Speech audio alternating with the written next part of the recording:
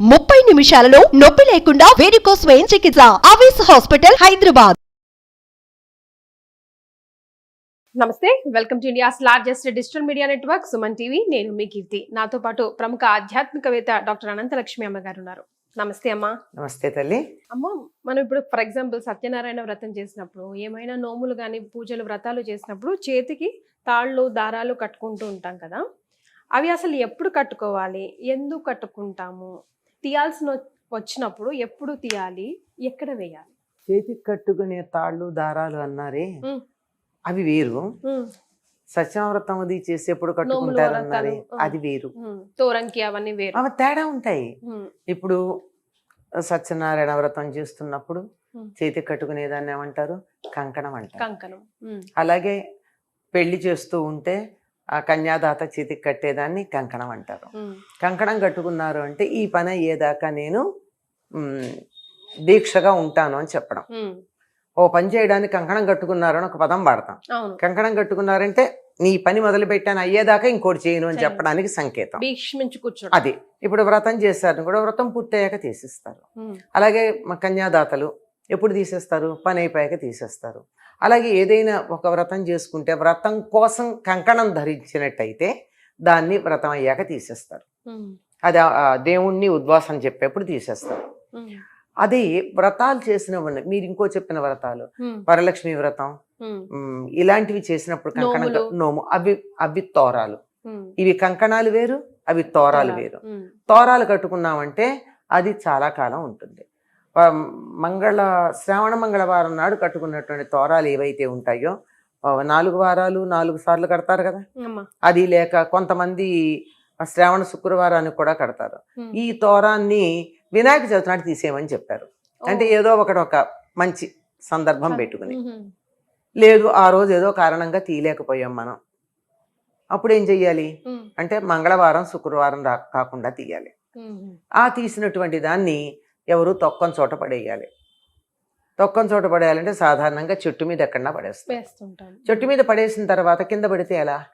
కొన్నాళ్ళకైనా కింద పడుతుంది కదా, ఏమీ ఉండదు. ఎప్పుడైతే పంచభూతాలకు ఎక్స్పోజ్ అవుతాయో ఇవి కొంతకాలం పంచభూతాలతో కలిసి ఉంటే, అంటే గాలి, సూర్యరశ్మి వస్తే బాణ, ఎండ ఇవన్నీ ఉన్నాయి కదా, వీటన్నిటి వల్ల వాటిల్లో ఉన్నటువంటిది పంచభూతాల్లో కలిసిపోయి అవి మామూలు అవుతాయి. ఎప్పుడు కింద పడినా పడేసేయచ్చు. ఇవి కాక ఇంకా కొన్ని ఉంటాయి. కాశీదారాలు. ఎర్రదారం కాదు, నల్లదే ఉంటుంది కాదమ్మా. కాశీదారం అంటే నల్లదే ఉంటుంది. అది వరకు మధ్యలో ముళ్ళుండి చివరి మామూలు తాడు ఉండేది. ఈ మధ్య ఇట్లా తయారవుతుంది, కాలభైరవుడు కట్టేది. ఆయన కూడా కొంచెం హైటెక్ అయ్యాడు. దేవుళ్ళకి కూడా కొంచెం హైటెక్ వచ్చింది. అదే కదా. ఇవి కట్టుకున్నప్పుడు ఎంతకాలం అది పాడవకుండా ఉంటే అంతకాలం ఉంచుకోవచ్చు. అవి రక్ష కట్టుకున్నాం మనం. రక్ష కదా, రక్షాబంధనం అనేది. ఈ రక్షాబంధనం మనకి ఇలా కట్టినప్పుడు అది ఉన్నంతకాలం మంచిదే గనక ఉంచుకుంటాం. ఎప్పుడైతే అది చీకిపోతుంది అంటారు, చీకిపోయి ముక్కలు వచ్చేస్తాయి, అప్పుడు తీసి అది కూడా శుక్రవారాలు కాకుండా తీసి చెట్టు మీద ఎక్కడన్నా పడేస్తే 4-5 రోజులు చెట్టు మీద ఉన్న మనకి దానికి ప్రకృతితో సంబంధం కొన్ని రోజులు ఉంటుంది అంతే కదా. ఆ తర్వాత అది నేలలో కలిసిపోతుంది, ఏం పర్వాలేదు. ఇలా వీటన్నిటికీ కూడా అన్నిటికీ ఒకటే నియమం కాదు, ప్రతిదానికి తేడా ఉంది. వ్రతంలో కట్టుకునే తోరాలకి తేడా ఉంది, కంకణానికి వేరే తేడా ఉంది, ఈ కాశీదారాలు మొదలైనవి కట్టుకునేది తేడా ఉంది. అలాగే రక్షాబంధనం నాడు కట్టుకుంటారు. శ్రావణ పూర్ణిమకి రక్షాబంధనం అప్పుడు అందరూ కట్టుకుంటారు. మనం అనుకుంటాము ఇది అక్క చెల్లెళ్ళు వెళ్ళి అన్నదమ్ములకు కట్టడం మాత్రమే అని.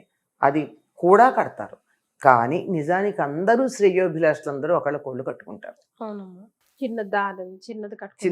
చిన్న తాడు, దానికి ఇంకేమి ఇవన్నీ మనం ఫ్యాషన్కి పెట్టుకునే బంగారం కట్టేవాళ్ళు కూడా ఉన్నారు ధనవంతులు. మామూలు తాడు, ఈ రక్ష నేను నీకు కడుతున్నాను, నీకు శుభంగా ఉంటుంది అని అలా కట్టుకున్నటువంటిది కొన్నాళ్ళు ఉండి, సాధారణంగా ఏడాది ఉంచుకుంటారు చాలా మంది, మళ్ళీ వచ్చే ఏడాది దాకా అలా ఉంచుకోవచ్చు. లేదంటే అది చీకిపోయింది అని అనిపించినప్పుడు తీసి ఎవరో తొక్కని చోట పెట్టడం ఉంటుంది.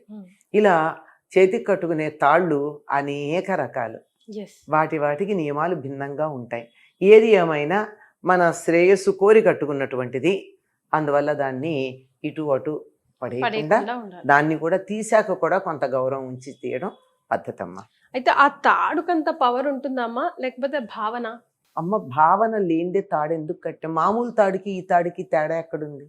తాడుకు పవర్ ఉందంటే ఒక నల్ల తాడు తెచ్చి కట్టేసుకుంటే పవర్ ఉన్నట్టే కదా. ఉందా? లేదుగా. మరి దానికి పవర్ ఎక్కడి నుంచి వచ్చింది? ఎక్కడి నుంచి వచ్చింది అంటే అది దేవుడి దగ్గర పెట్టి పూజ చేయడం వల్ల, ఆ మంత్రాల యొక్క ప్రభావం వల్ల దానికి శక్తి వచ్చింది. అది శబ్ద తరంగాలు వస్తువులో మార్పు తెస్తాయి అనేది ఈ మధ్యకాలంలో పరిశోధనల్లో తేలినటువంటి మాట.